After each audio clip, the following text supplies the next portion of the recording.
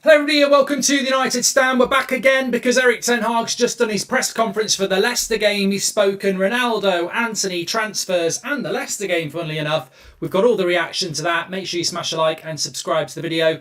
But yeah, let's start off. I suppose we'll start off with the transfer window.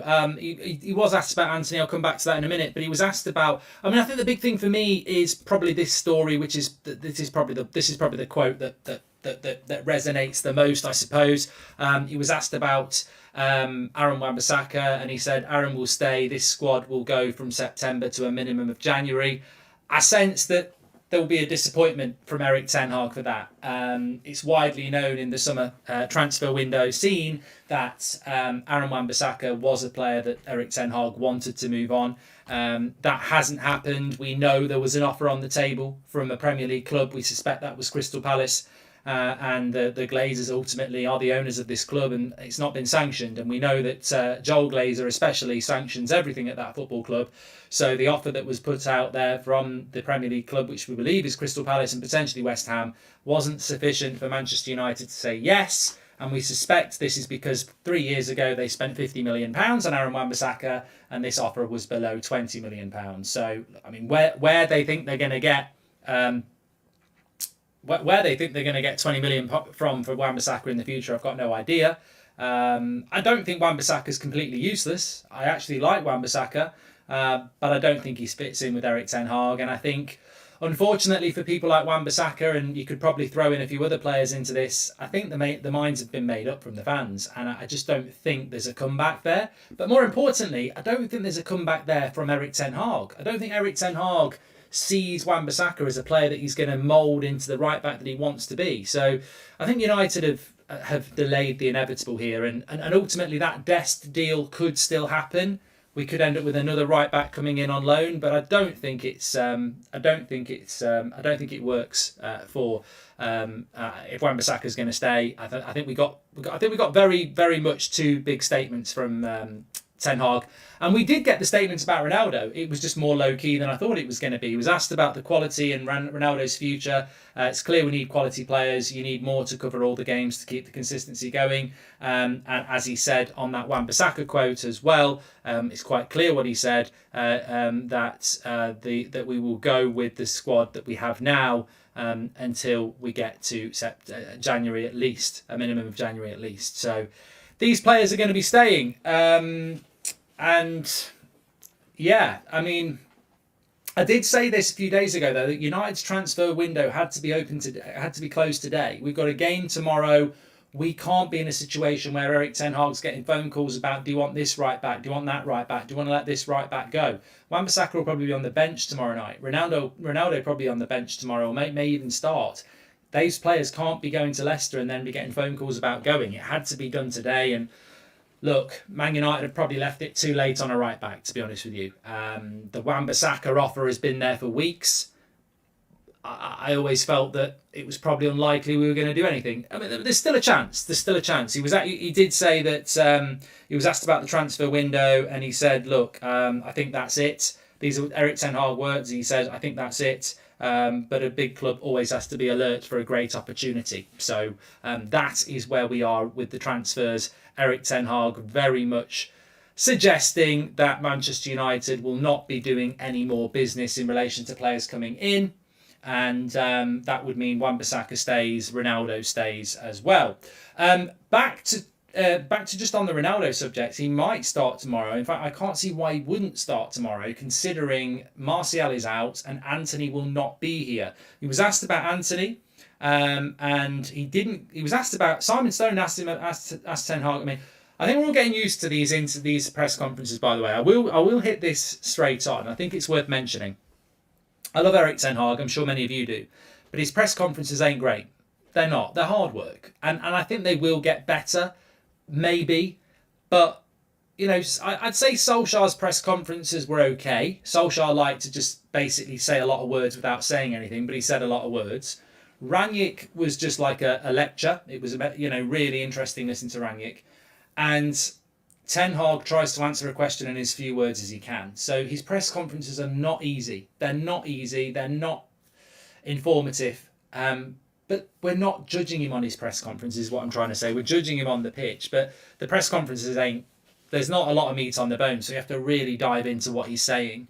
And I think that with Anthony, he basically wouldn't answer anything about it. He was asked the question about Anthony and what he brings to the team, and he said, look, first we've got to sign him. There's an agreement between the clubs, but the paperwork's not done, and therefore I can't go too deep on the player. So even though that deal is going to happen, he still wouldn't go too deep on Anthony. He was asked about whether there's a time limit on when we're going to get this deal done. He said, no, there is no time limit, but I would hope he'll be available for Arsenal because the transfer window closes tomorrow. So as I said on Monday, Anthony is not going to be playing against Leicester, and as it's come to pass, he's not playing against Leicester. So all those people who started saying, no, you don't know, we can get him registered, you're wrong. The club were never expecting him to play against Leicester. He's not playing against Leicester. I think he'll be on the bench for Arsenal, which is what I said on Monday. I don't think he'll start against Arsenal. I think he'll be on the bench. But that brings us back to the Leicester game. In this comment, Erik ten Hag has confirmed that Anthony Martial is unavailable to face Leicester City. I think this puts him out of the Arsenal game. And the reason I think this puts him out of the Arsenal game is because we will not train on Friday because we played on Thursday night. There'll be a light session on Sunday and then you're playing on Saturday and then you're playing on Sunday. I don't see how Martial's back for Leicester. Maybe for the bench, but I don't see Martial being back for Leicester. I don't even think Martial will be back for the game against Sociedad. I think Martial will return for the game after that. So we've got to get through these next two games without Anthony Martial, and that's a disappointment. I really did think that maybe he'd be back in training. Maybe the Achilles issue was just a bit of a knock. It seems to be more sinister than that. Again, it looks like it's an injury that, already Martial's only been fit for one of our first 5 Premier League games. That's really disappointing. But I suppose in relation to the Leicester game, what does that mean? It means we've got 4 fit forwards. We've got Sancho, Rashford, Elanga and Ronaldo. And I think he's got to start Ronaldo in this game. I was very disappointed with Elanga against Southampton. And I think Ronaldo is going to have to start this game. Doesn't mean he will. I mean, I actually think Ronaldo might be on the bench tomorrow night. But I think we've got to start Ronaldo now. Martial's got posters of Welbeck, says Dance Mania. But yeah, I think it's a disappointment, and I think we're short up front. And it's interesting that what Ten Hag did say about the Anthony signing is that the offensive department needs strengthening. We're playing 3 games a week now, and I think that that's a hint, and I would take this on board as a United fan. I think that's a hint from Erik ten Hag that even with the acquisition of Anthony, he's short. He is short. He's got Rashford, and remember, we're not talking about form here. We're talking about fitness. He's got Rashford, Sancho, Ronaldo, Anthony, and then he's got Martial, who's never fit, and Elanga, who might not be good enough. So effectively, you have got 6 options. Obviously, Garnacho's the youth player, but I think Elanga's the youth player as well, to be honest. So he's got Martial, who's injury prone. So even with Anthony, we've sort of got 4 reliable players for 3 positions. Because Elanga's not reliable. Garnacho's a youth player, so you can't rely on him too much. Martial's never fit. Rashford seems to be fit quite well at the moment. Sancho's fit a lot. Ronaldo's fit a lot. And then you bring Anthony in. 4 players for 3 positions. I think that Erik ten Hag is hinting there that we actually do not have enough in the front positions. And I don't think we do. I think Elanga's been over-promoted. Even people in our fan base want to use Elanga as an option. But whilst he's an option, is he a better option? Is Elanga a first-team regular option, or is he a youth player like Garnacho that we've got to be patient with? And I think we've got to be patient with Elanga. So you can't really say, well, if Sancho's injured or out of form, we can put... I suppose that's the big question. If Sancho gets injured, you can play Anthony. If Martial's injured, you can play Ronaldo. If Rashford's injured, can you play Elanga? Well, you can, but it's different to playing an Anthony or a Ronaldo. So I think that's the way I would look at it. Would you be happy putting Elanga in the team at the moment as a starter and be confident that he can deliver? And I don't think he's ready yet. I don't think he's ready. I think he should be on loan in the Championship, but I think Ten Hag's got to use him. And I like Elanga. And maybe this season with Ten Hag coaching him and he bulks out a bit, he becomes the first team player, and I really hope he does. But I do think we're a bit short up front. So Martial's out of the Leicester game. That's been confirmed. We've got no date on when he comes back. Ten Hag, again, you've got to get used to Ten Hag. He doesn't give any information away. I think that in the past, you might have found out that Martial's out for 3 or 4 games. We've got no indication on that. As I said, I think he'll miss the Arsenal game for sure because the turnaround's too quick. But Lindelof is back but will not be involved as well. He's only had 1 training session. I don't even think we got an update on Lindelof. I heard he was injured, but apparently he's been out injured for 3 weeks. He only started training yesterday. I thought Lindelof was just not on the bench. So Lindelof's been injured. So Lindelof is back training now, but he won't be involved tomorrow either. Eric, the window is over for us unless a great opportunity comes. He's clearly talking about Frankie, massive deadline day, madness, Mark, keep the faith. This is Ty. Well, look, I'll keep the door open on Frankie de Jong, Ty. And actually, you know what? I don't want to build the hype up here because, look, I don't think so. I don't think so. But what I will say is this, with a big smile on my face, which is not giving anything away. When Eric Ten Hag says that, I think that's it. But in a club like Manchester United have got to be alert for a great opportunity. That's not closing the door on the summer transfer window, is it? That is not closing the door. He's saying if a great opportunity presents itself in the next 24 hours, then United need to act. What is that great opportunity? Is Dest a great opportunity? I don't think he goes into that draw. What is a great opportunity for Man United in the next 24 hours? Because I do think that if Eric Ten Hag knows the window's shut, then he could just say it's shut. Are we just learning what Eric Ten Hag's about? Is it shut and he's just being a bit mischievous? Is it shut unless something amazing happens? Or is it not shut, but he thinks it's shut, but there might be something that happens? And I would agree that a great opportunity would still be Frankie de Jong. And let's not forget, whether it happens or it doesn't happen, and I agree with people that it's probably unlikely, but whether de Jong happens or not, could it happen in the next 24 hours? Probably not, because I don't think the Glazers would spend any more money. But, on the other hand, this is the player that Eric Ten Hag wanted above any player. Casemiro, Antony, whatever. He wanted Frankie de Jong, and we spent all summer trying to make it happen. We've already agreed the fee with Barcelona. That is agreed. And we've already agreed the wages that Frankie de Jong would get if he came to the club. Could it be done in 24 hours? Yes. Will it be done in 24 hours? I think it's highly unlikely now because we're running out of time. Akash says, I love the pressers. Media can't try to turn managers' word around and read between the lines. There are no lines, says Akash. Did you see Martinez's comments to Hamstra, Ajax's new director of football? Well done on all your work for United Stand and TalkSport, says Tyrone. Thank you very much. It's just Martinez forcing the move, isn't it? Why didn't Simon Stone ask Ten Hag, is Ronaldo definitely staying? I was expecting a more emphatic and clear Ronaldo stays from Ten Hag. Important, says Majak. You know what, actually, I'm going to give you a shout out there. I definitely think the devil is in the detail. And Eric Ten Hag did say those words that will go with this squad until January. So for me, Ronaldo is staying. But I cannot believe that, you know what, you're right. And I'd normally be the first to pick up on this. So I give Majak a shout out. Why did they not just ask that question? The question that was asked about Ronaldo, and it wasn't from Simon Stone, it was somebody else, was it was basically about, is Ronaldo part of your plans? Like, could he get in the first team? And the question should have been, is Ronaldo staying? I don't know why nobody asked that. Because, 2 + 2, he's staying, but we didn't get that definitive question asked, and I don't know why. Ronaldo has to start. I think Ten Hag has him on the bench because he missed pre-season. At least that's my hope. No way he thinks Rashford up front is better, says Stuart. I think Ronaldo should start tomorrow because if he's staying, you've got to start him, haven't you? I think that maybe at the weekends, maybe we didn't know whether he was staying or not, so you put him on the bench, but I think he's got to start. Arad says, I don't think we should hope or expect any more transfers this season. The only positive I see is Ronaldo is staying. Thank you very much for that. What else did he talk about? So he spoke about the Dest and Aaron Wan-Bissaka situation, and that's when he said we'll go with the squad that we've got this season until minimum of January. He was asked about the game and keeping the how to keep the team performing like it has done for the last couple of games.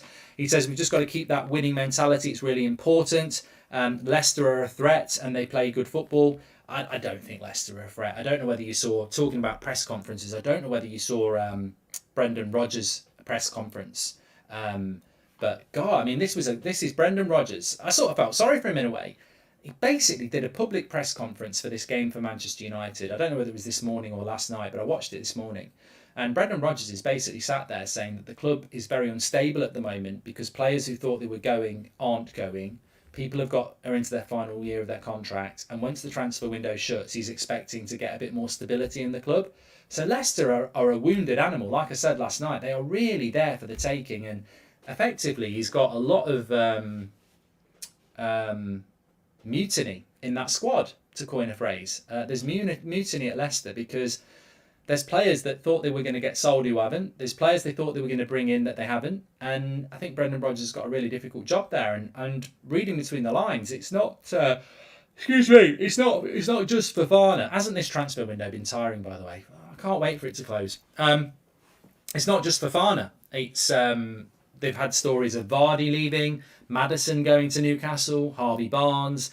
I think there's a few Leicester players that would like to have got a move this summer, and obviously that's not happened, and it's impacted on their unity as a team. The best business in the window was Malacia, absolute bargain. We need to recruit more like that, says Progressive Dad. And getting Dest for cheap would be a good opportunity for these owners, says Patrick St. Pierre. Look, maybe something will happen with that Dest. I mean, there's certainly been a bit of conversation there, but I think the problem with Dest that we have now is that Wan-Bissaka has to go, and all the stories coming out from United, whether it's from credible journalists or not, the story has always been that Wan-Bissaka has to go. And the key thing for me is that when you look at what we'll show you again. This is the direct quote from Erik ten Hag. Aaron will stay. This squad will go from September to a minimum of January. And you can take that Brandon Williams is staying, Phil Jones is staying, Cristiano Ronaldo is staying, everybody is staying. And he also said about the window, I think this is it. I think for this window it will be the end. No more transfers after Dubravka signs was the question. So I think we are where we are. But look, just take this on board. Keep it in your hat. There is an agreement between the clubs, but the paperwork is not done on Anthony. So I cannot go too deep. We still need to strengthen the offensive department because we have so many games to cover. Now, lost in translation, I think he's actually saying that Anthony helps him strengthen the attacking department because we're a bit short there. But it got me thinking. I want to think that I actually think that even with Anthony, we're still a bit short up front. We're so weak. I mean, Martial gets injured and we're playing Elanga. Like Ronaldo and Garnacho are the two attacking subs at the moment. That's not enough.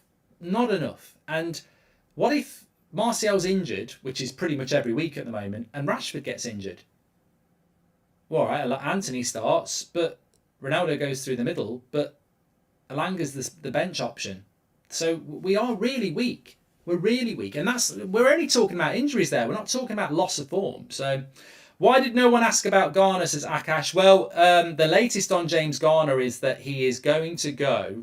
Now, there's a few differing stories about the fee. He is going to go. United are going to sell him. I think it's disgusting. I spoke about that this morning. But I think, does that mean Garner is staying also, says JP? I think he's talking about players coming in. But James Garner is going to go. And James Garner is going to go, according to, I think it was Laurie Whitwell said, it will include add-ons up to 15 million. Now, there was talk of 15 million to 20 million. For me, 15 million plus add-ons is a crap deal. A deal that's add-ons up to 50 million means they're probably getting in for about 10 with add-ons. I just cannot understand this deal. I really can't. I mean, you look at what Gibbs White has gone to Forest for. It's 25 million with add-ons that take it to 42.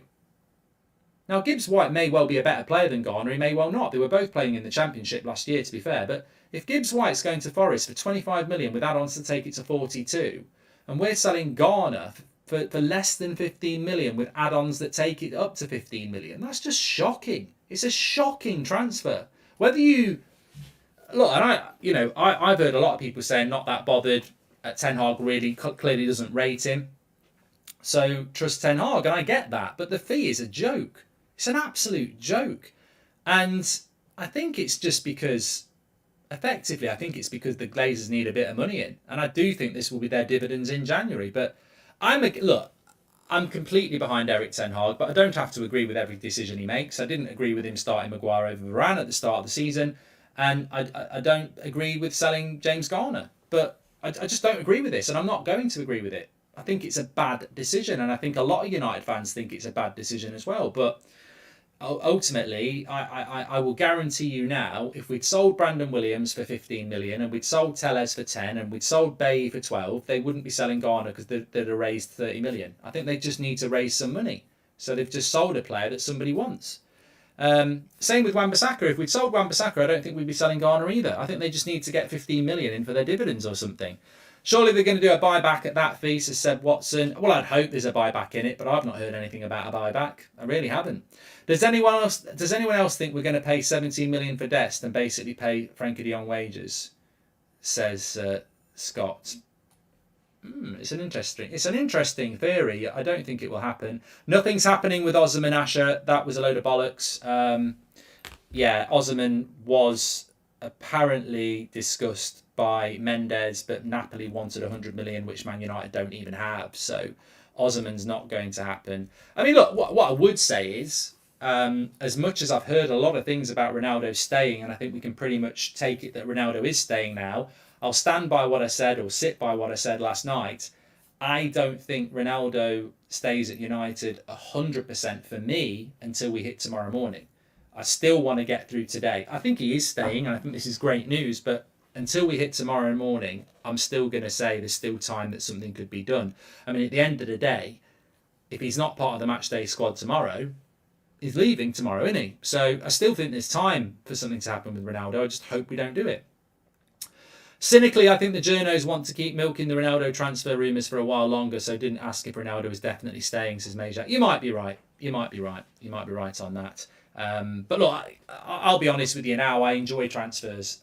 We've been doing the transfer window probably longer than anybody else. I remember a time when the United stand started and other outlets used to close down for the summer, and we'd be doing transfer stuff, and now everybody does it. So, you know, that's how interested people are in transfers, of course. But as much as I enjoy the transfer window, I've got to say, you get to this point and it's like, just shut it down for a few months. I can't wait to get to the end of it. It's been... And I don't want to spend Friday talking about this because Friday is a new, we're playing Arsenal at the weekend. There's so many games. Let's get on with the football. And I think the great thing about this transfer window as well is, and I'm not a big fan of the Winter World Cup, but normally the transfer window closes and then there's an international break for 2 weeks. So we close the window and then we've just got to wait for 2 weeks. I think the great thing is this window will close and then we're going into loads of games in September. So I'll be glad when this transfer window slams shut. I don't know about everybody else. It's been exhausting. I mean, we've literally been linked to Frankie de Jong before the window. The Frankie de Jong story started on, somebody said to me, was it the 12th of May? The 12th of May that Frankie de Jong story started with Gerard Romero.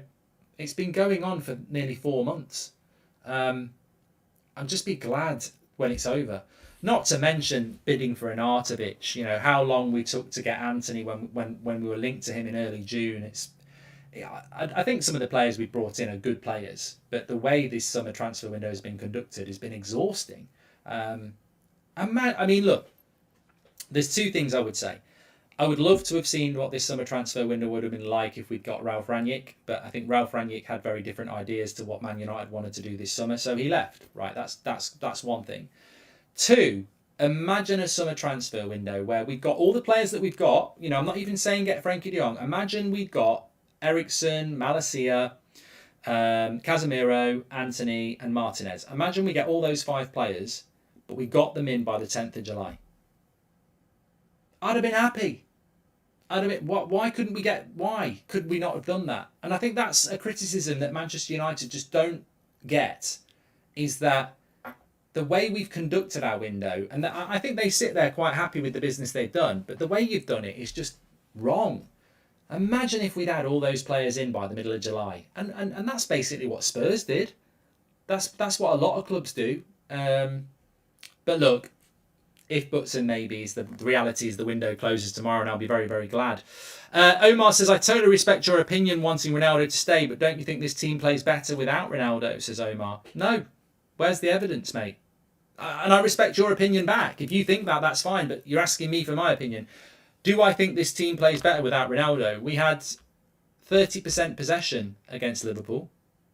I don't think that was a great performance. I think it was a great result. I don't think we'd be happy giving up 70% possession to the opposition every game. Of course, that was Liverpool, so it was unique and it was a great result. And then against Southampton, I think that was a very 50-50 game. So the results have been fantastic, but they've been built on a very strong defence. I still don't think the midfield is operating the way it should be, and I don't think the attack is playing as well as it can either. So I don't think we're a better team without Ronaldo. I think I would like to see Ronaldo coming into that team with that defence and Casemiro in the midfield and Antony on the wing, because saying we're a better team without Ronaldo is like saying we're a better team without Antony. He's not played a game yet. Are we a better team without Casemiro as well? He only came on as a sub. We've had 2 good results, but if you're saying we're a better team without Ronaldo, well, we're a better team without Antony then. We're a better team without Casemiro. We've had 2 good results built on defence. I want to see Ronaldo playing down the middle. I want to see Antony putting crosses in. And I want to see Casemiro getting on that midfield. And then I think we'll become a much better team. Do you think Sancho starts ahead of Rashford, says Danny Esther? Well, there's a fantastic video on the channel this morning that Adam did outside Old Trafford talking about this. And it's well worth a watch because he covers some really good points and obviously puts his preference on it. So do give it a watch on the homepage. But I just want competition for places. I don't mind if Luke Shaw plays next week against Sociedad's man of the match and makes Ten Hag think, ooh, I've got competition for left back. I want competition for places. But if you're asking me what my ideal front three is, it's Antony off the right, it's Sancho off the left, and it's Ronaldo down the middle. Because Sancho is more creative than Rashford. But that doesn't mean that, personally, I think Ten Hag will bench Sancho. I think Ten Hag is very clearly a big fan of Rashford. So I think that Sancho might find himself on the bench. He's been the player that's been subbed more than Rashford. So, I wouldn't be concerned if I was Marcus Rashford. I think he's got a very, very good chance of starting ahead of Sancho. And at the end of the day, if Rashford starts ahead of Sancho and performs, then what does that matter? What does that matter? Jakob says, one thing I think we can all agree on is that we're better off that we're a better team without Harry Maguire and Shaw. Yeah, but you know what? The window's about to close. This is our squad. And if Delo gets injured and Wan-Bissaka comes in, then we've got to back Wan-Bissaka. And if Varane gets injured and Maguire comes in, we've got to back Maguire. The point is, we're a better Ten Hag team with Varane and Martinez because they are a better partnership. You can see... and I've watched a lot of the Southampton game because the criticism of Martinez pissed me off. So I wanted to watch that game back with, fast play and everything and focusing on the defensive phase of United's game when Southampton was attacking. And what you can see between Martinez and Varane is just they like each other. They respect each other. They understand each other and they complement each other. And that's no criticism of Maguire and Lindelof. Not at all.